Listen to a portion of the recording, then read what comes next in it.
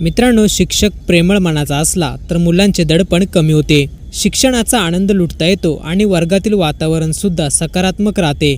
तर आज सोशल मीडियावर सुद्धा असंच काहीसं पाहायला मिळालं आहे। हा व्हायरल व्हिडिओ एका गावाच्या शाळेतील आहे, जिथे वर्गात अनेक मुले बसलेली तुम्हाला दिसून येतील। तसेच शिक्षिका वर्गात एका मुलाचा अभ्यास घेत आहेत। एक मुलगा शिक्षिकेसमोर उभा आहे।